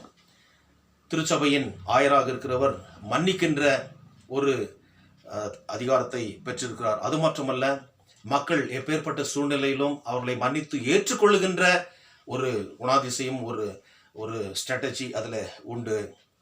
அது மாத்திரமல்ல, பரலோக வழி காட்டுகின்ற ஒரு காரியம்தான் இந்த திறவுகோலின் அதிகாரத்தின் இன்னொரு பங்காக இருக்கிறது. கிறிஸ்துக்குள் பிரியமானவர்களே, திருச்சபையை மிக ஒழுங்காக நடத்தி விசுவாசத்திலும் ஒழுக்கத்திலும் நடத்த வேண்டிய இந்த எல்லா விதிமுறைகளும் இதில் அடங்கி இருக்கிறது. ஆனால் உலக பிரகாரமாக இதனை அந்த உலக கண்ணோட்டத்தில் பார்க்கின்ற போது இதனை அநேக நேரங்களில் எக்ஸ்ப்ளாய்ட் பண்ணுகின்ற ஒரு நிலைமைக்குள்ளாக ஊழியக்காரர்களும் திருச்சபை தலைவர்களும் ஈடுபடுகிறார்கள். இது மிக வேதனைக்குரிய ஒரு காரியமாக இருக்கிறது. கிறிஸ்துவுக்குள் பிரியமானவர்களே, கடவுளால் தெரிந்து கொள்ளப்பட்ட பேதுரு கூட என்ன செய்தார்? அவர் இந்த உலகத்தில், ஆண்டவராகிய இயேசு கிறிஸ்து இந்த உலகத்தில் வந்த பிறகு தான் பாடுபட்டு மரணத்தை அடைந்து உயிர் தெழ வேண்டும் என்று சொல்லி சீஷர்களிடத்தில் சொல்லுகின்ற போது அவரை கொண்டு போய் கடிந்து கொள்ளுகிறான். ஆண்டவரே, இப்பேற்பட்ட ஒரு சம்பவம் உமக்கு நடக்கக்கூடாது, இது என்ன சொல்றீங்க நீங்க? நோ நோ நோ நோ ஐ cannot அக்செப்ட் அப்படின்னு சொல்லி உடனடியாக நீ பாக்கியவான் என்று சொன்ன இதே ஆண்டவராகிய இயேசு கிறிஸ்து என்ன சொல்றாரு? மார்க் 8:32-33 எனக்கு பின்னாக போ சாத்தானே, நீ மனுஷனுக்குரிய காரியங்களை சிந்திக்கிறாய், தேவனுக்குரிய காரியத்தை நீ சிந்திக்கவில்லை, அவரை போல நீ யோசிக்கவில்லை என்று சொல்லி எனக்கு பின்னாக போ சாத்தானே, உன்னுடைய திட்டத்தை வைத்து திருச்சபையை ஏற்படுத்த அல்ல, என்னுடைய திட்டத்தை என்னுடைய சித்தத்தின் பிரகாரமாக நடக்க வேண்டும் என்பதை இதன் மூலமாக அவர் சொல்லுகிறார். கிறிஸ்துக்குள் பிரியமானவர்களே, இன்றைக்கு திருச்சபை நடத்துகின்ற தலைமை பொறுப்பில் உள்ள ஊழியர்கள், தலைவர்கள் அதிகாரத்தை துஷ்பிரயோகம் செய்கின்ற போது பல கசப்பான நிகழ்வுகள் ஏற்படுகிறது. அதுவும் இந்த உலகத்தில் சரித்திரமாக மாறுகிறது. பண்டித நேரு, நம்முடைய முதல் பிரதம மந்திரி, ஒரு காரியத்தை சொன்னார். உலக வரலாற்றை படிப்பது சிறப்பு, அதனினும் சிறப்பு உலகில் வரலாற்றை படைப்பது என்று சொல்லி. இந்த உலகத்தில் நாம் வரலாற்றை படிப்பது மாத்திரமல்ல, வரலாற்றை படைக்க கடவுள் நம்மை அழைக்கிறார். ஏனென்றால் அவர் வரலாற்று நாயகன். ஆண்டவராகிய இயேசு கிறிஸ்து AD BC என்று வரலாறை பிரித்தவர். Anno domini in the year of the lord என்று சொல்லி, அதே போல நீயும் நானும் வரலாறு படைக்க, அது ஒரு நேர்த்தியான கடவுளுக்கு பிரியமான ஒரு வரலாறாக இருக்க அழைக்கப்படுகிறோம். திருச்சபையில் அதிக துஷ்பிரயோகம் நடந்த 3 வரலாறுகளை இந்த நேரத்தில் நான் சொல்லி முடிக்கிறேன். முதலாவது வரலாறு எது என்று பார்க்கின்ற போது, 13வது நூற்றாண்டிலே ரோம கத்தோலிக்க திருச்சபையினுடைய தலைமை ஆயராக இருக்கின்ற போப் தி இன்னோசென்ட் III என்பவர் இங்கிலாந்து தேசத்தில் ஒரு ஆர்ச் பிஷப்பை அவர் அப்பாயிண்ட் செய்தார். ஸ்டீஃபன் லிங்டன் என்ற ஒரு ஆர்ச் பிஷப் ஆஃப் கேண்டர்பரியாக அவர் 1213ஆம் ஆண்டு அப்பாயிண்ட் செய்தார். அவர் அப்படி அப்பாயிண்ட் செய்த போது அந்த நாட்களில் இருந்த ஒரு emperor John, the king of England, அவர் இதனை ஏற்றுக்கொள்ள மறுத்துவிட்டார். ஏனென்றால் அவர் ஒரு ராஜாவுக்கு கூட பல அதிகாரங்கள். ஏனென்றால் இன்றைக்கு 85% உலக நாடுகளை தன்னுடைய வசப்படுத்தி இந்த கலோனியல் ரூல் மூலமாக ஆட்சி செய்தவர்கள் இங்கிலாந்து தேசத்தை சேர்ந்தவர்கள். ஆகவே அன்றைக்கு இருந்த அந்த ராஜா கூட, எம்பரர் ஜான், இதனை ஏற்க மறுத்துவிட்டார். இந்த ஒரு எபிஸ்கோப்பல் அப்பாயின்மெண்ட்டை நாங்கள் ஏற்றுக்கொள்ள முடியாது, எங்களிடத்தில் நீங்கள் எதுவும் கேட்கவில்லை என்று சொல்லி. ஆனால் ஆண்டவராகிய இயேசு கிறிஸ்து அவர் தான் எப்பேற்பட்டவர் என்பதை ஜனங்களிடத்தில் கேட்க சொல்கிறார். எப்படி சொல்கிறார்கள் என்று சொல்லி. ஆனால் இங்கே இவர், இந்த போப் தி இன்னோசென்ட் III, அவர் தான் தோன்றித்தனமாக அவர் அந்த ஒரு அப்பாயின்மெண்ட்டை பண்ணினார். ஒருவேளை போப்புக்கு அந்த அதிகாரம் இருக்கிறது என்று வைத்துக் கொள்ளலாம், இருக்கிறது. ஆனால் அதனை இவர்கள் ஏற்றுக்கொள்ளாதது நிமித்தமாக அவரை தண்டிப்பது நியாயமானது தான். அவரை இந்த போப் தண்டித்தார். The king was excommunicated from the search.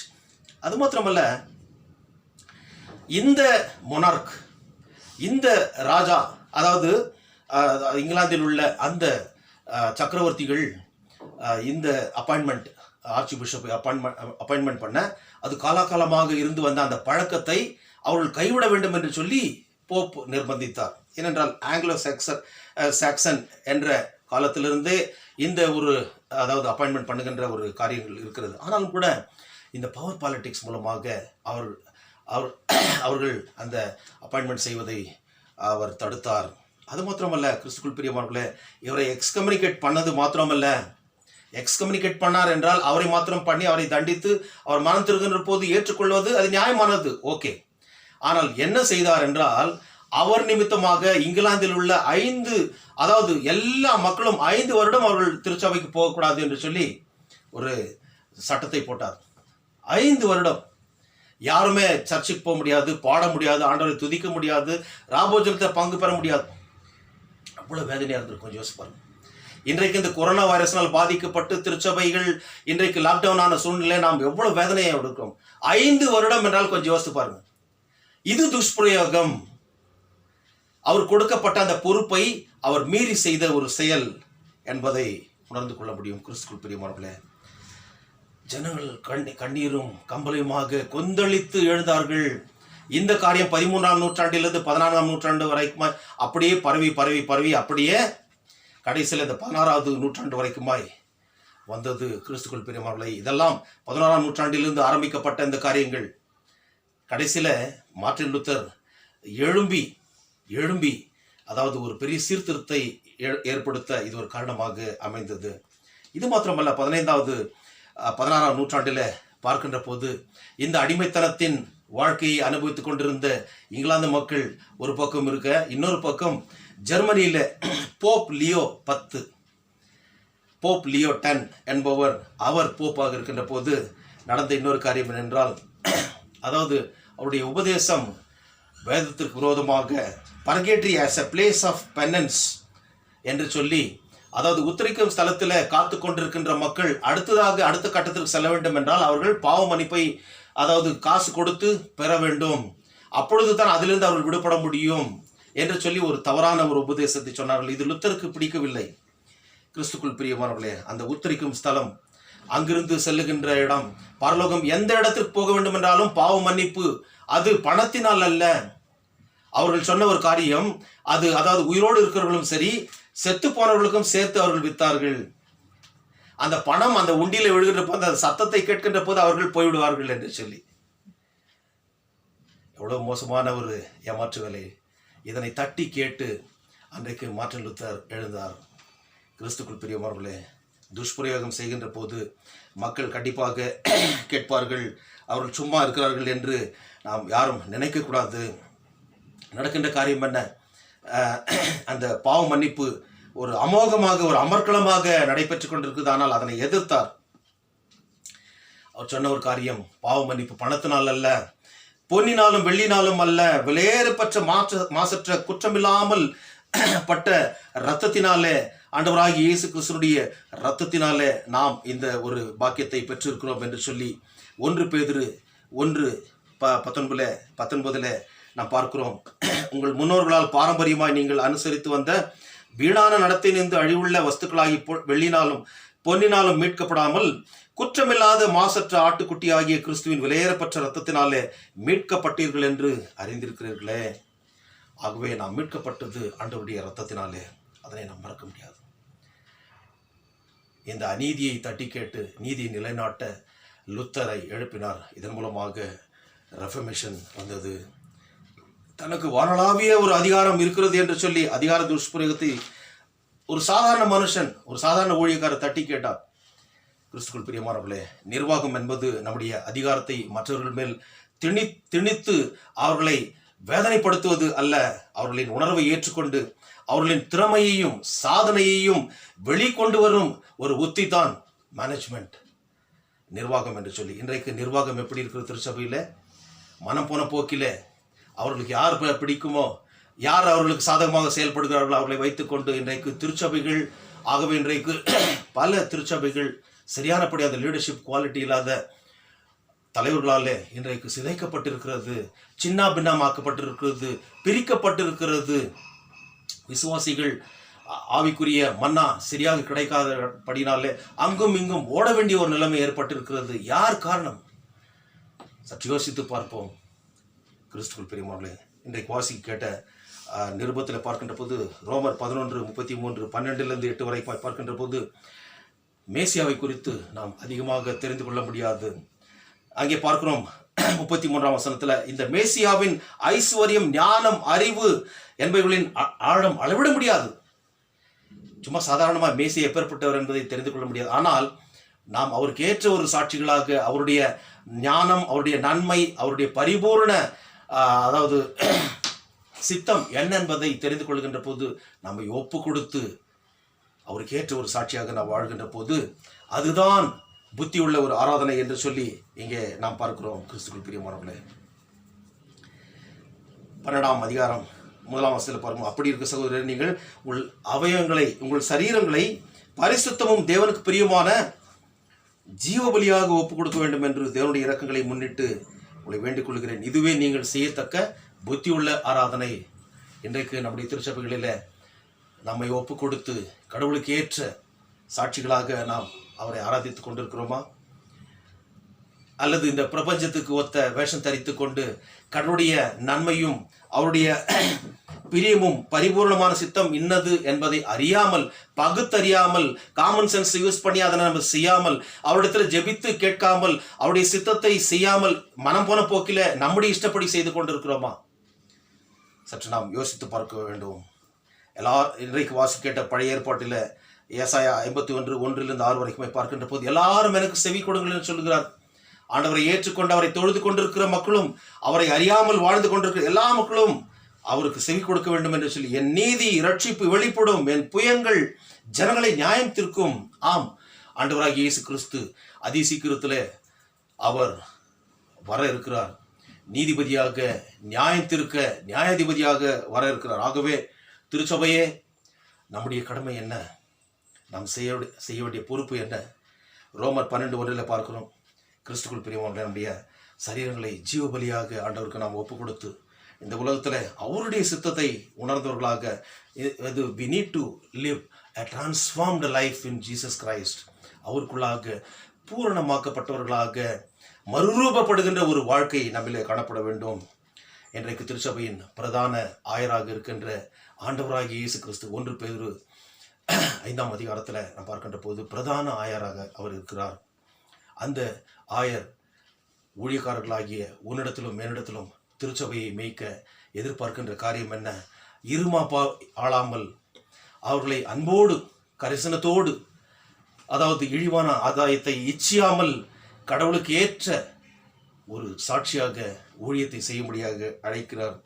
Politics செய்ய அல்ல. இன்றைக்கு அநேக திருச்சபைகளில் பாலிட்டிக்ஸ் செய்யத்தான் புல்பிட்டை அவர்கள் பயன்படுத்துகிறதை என பார்க்கிறோம். பாலிட்டிக்ஸ் செய்ய புல்பிட்டை தயவு செய்து யாரும் பயன்படுத்தக்கூடாது. ஆனால் அதே நேரத்தில் இந்த ஆஃபீஸ் ஆஃப் த கீ, கடவுள் கொடுத்திருக்கின்ற இந்த அதிகாரம், கீஸ் ஆஃப் தி கிங்டம், பரலோகத்தின் திறவுகோல்களை நாம் பயன்படுத்த வேண்டும்.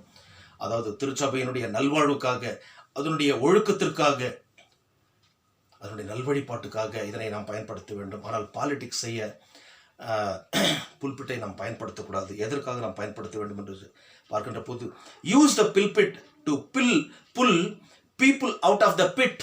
இன்றைக்கு அதாவது வாழ்விழந்து கிடக்கின்ற, பிசாசுடைய அந்தகார சக்தியில விழுந்து கிடக்கின்ற மக்களை தூக்கி எடுக்கின்ற, கர்த்தருடைய வசனத்தின் மூலமாக சொல்லி அவர்களை மீட்டெடுக்கின்ற ஒரு இடமாகத்தான் புல்பிட்டை நாம் பயன்படுத்த வேண்டும். பிரசங்க மேடை. கிறிஸ்துக்குள் பிரியமானவர்களே, இதற்கு நம்மை ஒப்பு கொடுத்து இந்த உலகத்தில் நாம் வாழ்கின்ற போது அவருக்கு ஏற்ற ஒரு சாட்சியாக அநேகரை நாம் ஆதாயப்படுத்திக் கொள்ள முடியும். அநேகருக்கு சுவிசேஷத்தை நாம் சொல்ல முடியும். நாமும் ஆயத்தப்பட்டு மற்றவர்களையும் கர்த்தருடைய வருகைக்குள்ளாக ஆயத்தப்படுத்த முடியும். ஆகவே இப்பேற்பட்ட ஒரு வாழ்க்கைக்குள்ளாக நாம் வாழ பரிசுத்த ஆவியானவர் தாமே நம்மை பலப்படுத்தி ஆசீர்வதித்து காப்பாராக. ஆமென். எல்லாபத்துக்கும் மேலான தெய்வீக சமாதானம் நம்முடைய இருதயங்களையும் சிந்தனைகளையும் கிறிஸ்து இயேசுக்குள்ளாக நம்மை பலப்படுத்தி காப்பாராக. ஆமென். நாம் அனைவரும் ஸ்தோத்திர கீதத்தை பாடுவோம். கடவுளே சுத்த இருதயத்தை என்னிலே சீருஷ்டியோ, நிலைவரமான ஆவியன் உள்ளத்திலே புதுப்பியோ, உமது சமூகத்தினின்று என்னை தள்ளி விடாதீரோ, உமது பரிசுத்த ஆவியை என்னிடத்திலிருந்து எடுத்துக்கொள்ளாதீரோ, உமது ரட்சணிய சந்தோஷத்தை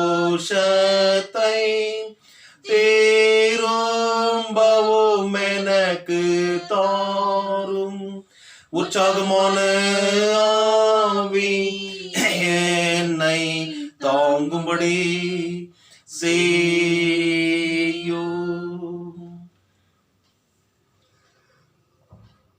ஆண்டவரை நோக்கி நாம் வேண்டுதல் செய்வோம்.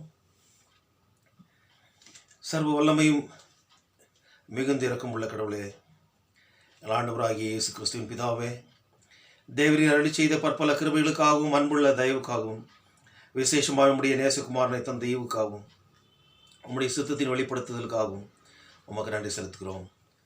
நாங்கள் உம்முடைய வசனத்தை செம்மையான இருதயத்தில் காத்து பொறுமையுடனே விடாமுயற்சியாய் நற்செய்கைகளை செய்து வரும்படி தேவரீர் அதை எங்கள் இருதயங்களில் நாட்டியருள வேண்டும் என்று பிரார்த்திக்கிறோம்.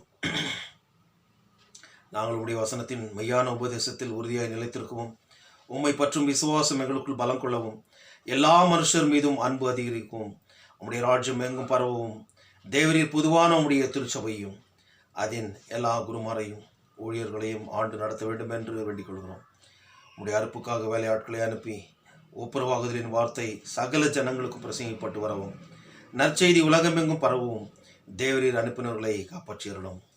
கர்த்தாவே, இப்பொழுதுமாய் வாழ்வழிக்கக்கூடிய வார்த்தைகளின் மூலமாக எங்களோடு பேசி ஆண்டவரே திருச்சபையை நீர் ஆண்டவரே ஸ்தாபித்து அதிலே கர்த்தாவே நீர் திருச்சபையினுடைய சுவாமி அஸ்திவாரமும் அதனுடைய சிரசுமாக இருந்து நாங்கள் அதிலே ஒரு அவயவங்களாக இருந்து கர்த்தாவே நீர் எங்களை இயக்கி வருகிறீர்.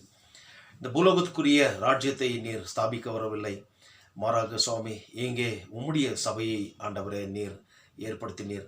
ஆண்டவரே, உம்முடைய வார்த்தை அறிவிக்கப்படுகின்ற போது உம்முடைய மக்கள் வந்து கூடி ஆண்டவரே பரலோகத்திலே உம்மை தொழுது கொள்கின்ற அந்த நிகழ்வு இங்கேயும் ஆண்டவரே சுவாமி ஒரு அனுபவமாகும்.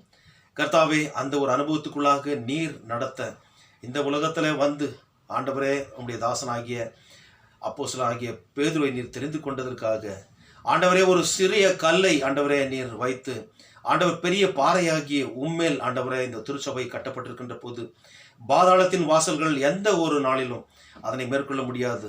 ஆகவே உலகத்தில் எப்பேற்பட்ட உபத்திரவங்கள், பிரச்சனைகள், வேதனைகள், சோதனைகள், தடைகள் என்று வந்தாலும் ஆண்டவரே உம்முடைய திருச்சபையை யாராலும் அசைக்க முடியாது ஆண்டவரே.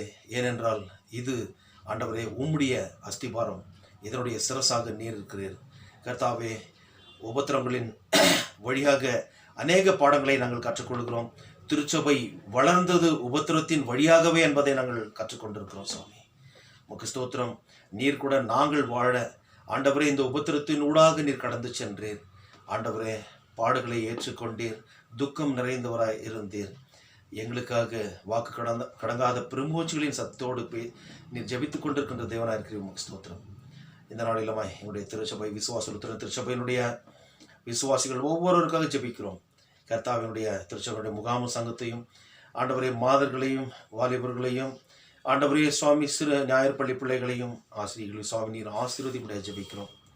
கர்த்தாவே, நோயப்பட்டிருக்கின்ற மக்களுக்கு பரம வைத்தியராய்ந்து சுகத்தையும் பலத்தையும் நீ கொடுக்க வேண்டுமா ஜெபிக்கிறோம். கர்த்தா, விசேஷமாக என்னுடைய திருச்சபையுடைய மூத்த விசுவாசியாக இருக்கின்ற திருவாளர் விட்டல் ஐயா அவர்களுக்காக நாங்கள் வேண்டுதல் செய்கிறோம். ஐயா அவர்களுக்கு ஆண்டவரே கடந்த நாட்களில் ஏற்பட்ட ஜுரத்திலிருந்து நல்ல சுகத்தையும் பலத்தை கொடுத்து கர்த்தாவே அவர் ஆண்டவரே டிஸ்சார்ஜ் ஆகி ஆஸ்பத்திரியிலிருந்து வீடு திரும்பும்படி செய்தீர். ஸ்தோத்திரம். இப்பொழுதுமாய் கர்த்தாவே வீட்டிலே அவருக்கு நல்ல பரிபூர்ண சுகத்தையும் ஆரோக்கியத்தையும் ஆண்டவரை கட்டளையிட வேண்டுமா ஜெபிக்கிறோம். கர்த்தாவே சுவாமி அவர் கிருபை கொடுத்து திருச்சபையினுடைய செயலாளர் திருமதி சாந்தி அம்மா அவர்களையும் கர்த்தாவே அருமை பிள்ளைகள், மருமக்கள், பேரப்பிள்ளைகள் ஒவ்வொருவரையும் அதிகமாக நீர் ஆசீர்வதிக்க முடியாது ஜெபிக்கிறோம்.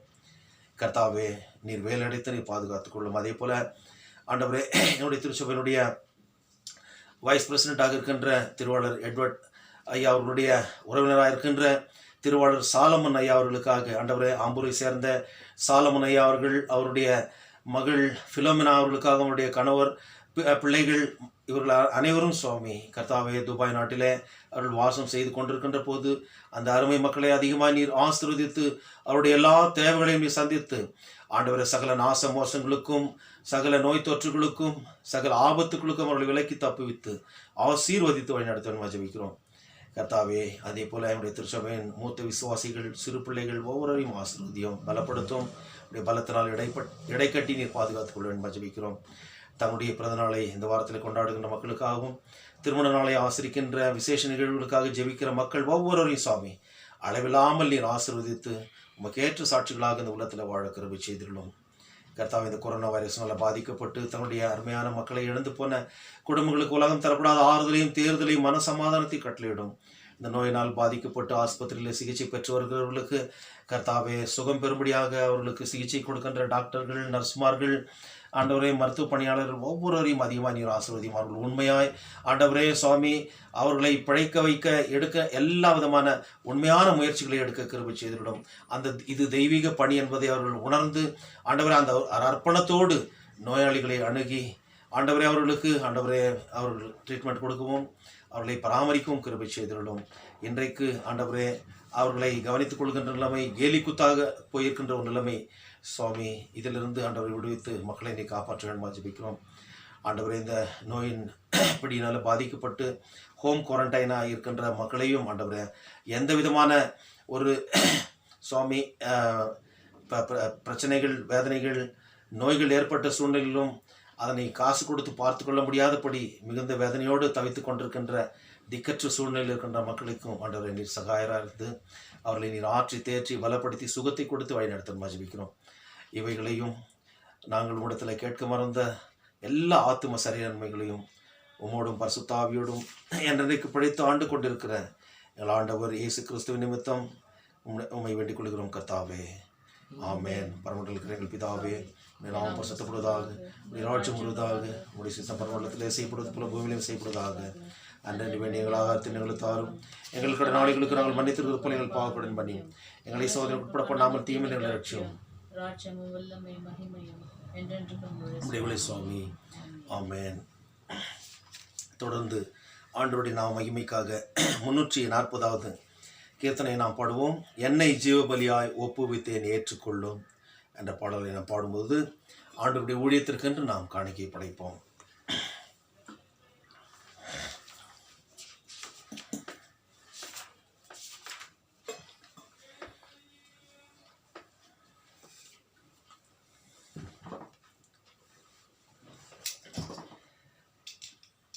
என்னை ஜீவபலியாய்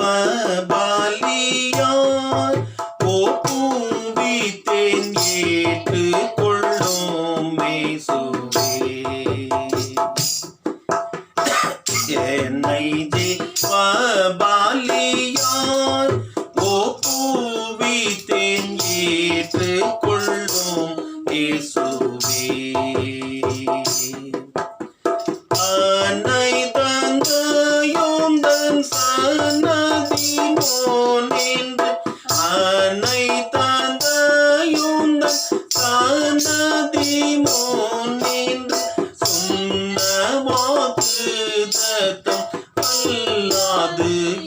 இப்போது என்னை ஜீவபலியாய்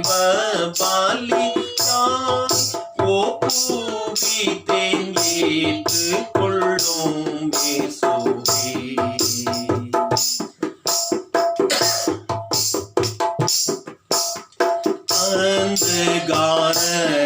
அந்தகாரத்தினின்றோம் பாவ பேயடிமைதத்தினின்றோம்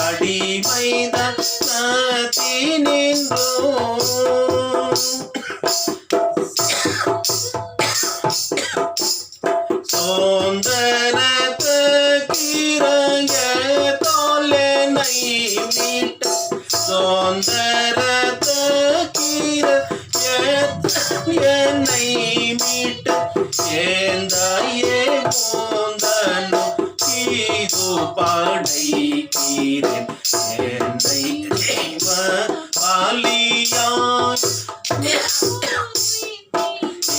ஏற்றுக்கொள்ளும் இயேசுவே.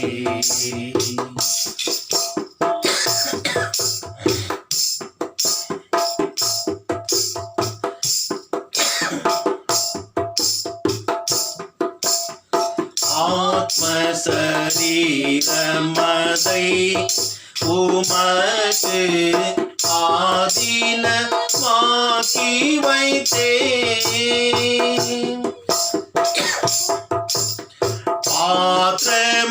பாத்திரமதாயதை பாவித்துக் கொள்ள பிரமதாயதை பாவித்துக் கொள்ள காத்திருக்கிறேன் கருணை செய்தே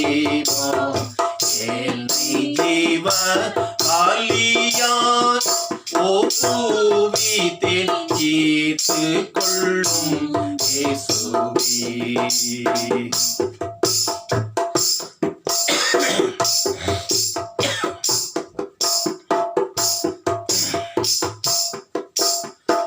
நீதியின் ஆயுதமா அவயவம் நேர்ந்து விட்டேன் உமக்கு.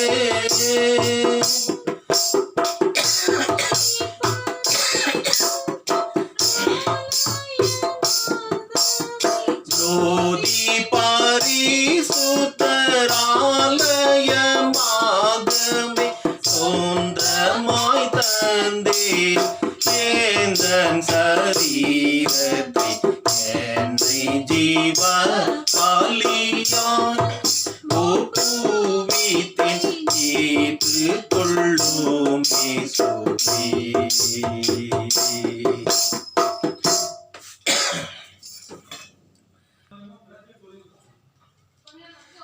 படைக்கப்பட்ட காணிக்கைகளுக்காக ஆண்டவரிடத்தில் நாம் வேண்டுதல் செய்வோம். தூதிகளின் மத்தியிலே வாசமாக இருக்கிற எங்கள் பரிசுத்தமுள்ள திரியேக கடவுளே, இந்த நேரத்திலுமாய் சுவாமி கர்த்தாவே உம்முடைய பிள்ளைகளாக ஆண்டவரே உம்மை ஆராதிக்க தொழுது கொள்ள ஆண்டவரே சுவாமி கிருபை செய்தீரே உமக்கு ஸ்தோத்திரம்.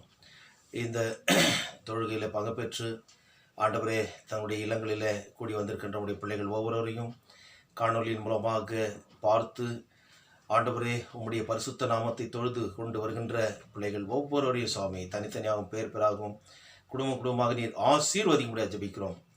கர்த்தாவே, நாங்கள் படைத்த உடைய எளிய காணிக்கை பிரியமாய் ஏற்று அங்கீகரித்து ஆசீர்வதித்து உடைய ஊழியத்திற்கென்று இது பிரயோஜனப்படும்படி கிருபை செய்திருக்கிறோம். இந்த காணிக்கையோடு எங்களையே ஜீவ பலியாக ஆண்டவரே உடைய பாதத்தில் ஒப்படுக்கிறோம். எங்களை ஏற்றுக்கொள்ளும், எங்களை ஆசீர்வதியும் சுவாமி. சர்வத்திற்கும் வல்ல கடவுளே, நாங்கள் உறுதியான விசுவாசத்தில் உமக்கு ஊழியம் செய்யவும் உடைய நாமத்தை அறிக்கையிடுவதில் முடிவறிந்த நிலைத்திருக்கவும் உடைய வார்த்தை கட்டப்பட்டிராமல் அதன் தன்மைக்கு ஏற்றபடி தாராளமாய் கிறிஸ்துவனுடைய பரிசுத்த ஜனத்தின் மகிழ்ச்சிக்கும் வளர்ச்சிக்கும் பிரசங்கிப்படும்படி உமது பரிசுத்த ஆவியானவரையும் பாரத்திலிருந்து வருகிற ஞானத்தையும் உமது திருச்சபை தந்திட வேண்டும் என்று எங்கள் ஆண்டவர் இயேசு கிறிஸ்துவின் மூலமாய் உம்மை வேண்டிக் கொள்கிறோம் கர்த்தாவே. ஆமென். ஆண்டவருடைய ஆசீர்வாதத்தை நாம் பெற்றுக்கொள்வோம். கர்த்தரானவர் உன்னை ஆசீர்வதித்து உன்னை காப்பாராக. கர்த்தரானவர் தமது திருமுகத்தை உன்மேல் பிரகாசிக்க பண்ணி உன்மேல் கிருபையாயிருப்பாராக. கர்த்தரானவர் தமது திருமுகத்தை உன்மேல் பிரசன்னமாக செய்து உனக்கு சமாதானம் கட்டளையிடுவாராக.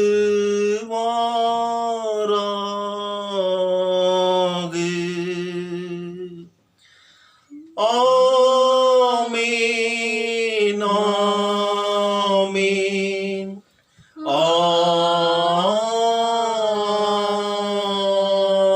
ஆமென். 11வது ஞான பாடலை நாம் பாடி ஆராதனை வேளையை முடிப்போம். கர்த்தரேதக்காரும்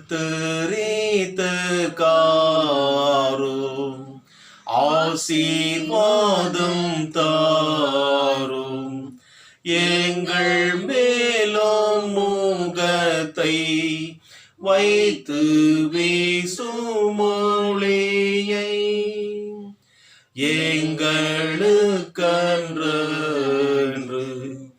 சமாதானம் தந்து கிறிஸ்தை காட்டி போதிக்கும் உமதாவியை கொடு.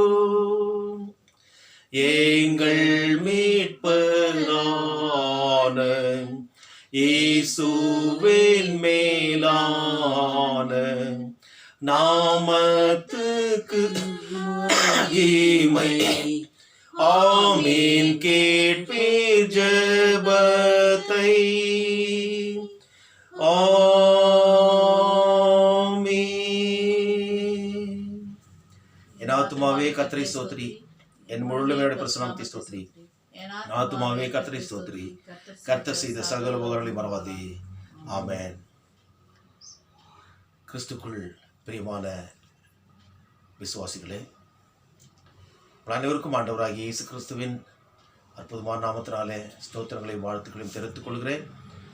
அது மாத்திரமல்ல, வருகின்ற செப்டம்பர் மாதம் முதல் வாரமாகிய 6ஆம் தேதியிலிருந்து நாம் அனைவரும் ஆலயத்தில் கூடி அவருடைய பரிசுத்த நாமத்தை ஆராதித்து தொழுது கொள்வோம். இதை இந்த நேரத்தில் அறிவிப்பாக உங்கள் அனைவருக்கும் அன்போடு கூட தெரிவித்துக் கொள்கிறேன். கடவுள் தாமே உங்கள் ஒவ்வொருவரையும் அளவில்லாமல் ஆசீர்வதிப்பாராக. ஆமென். God bless you.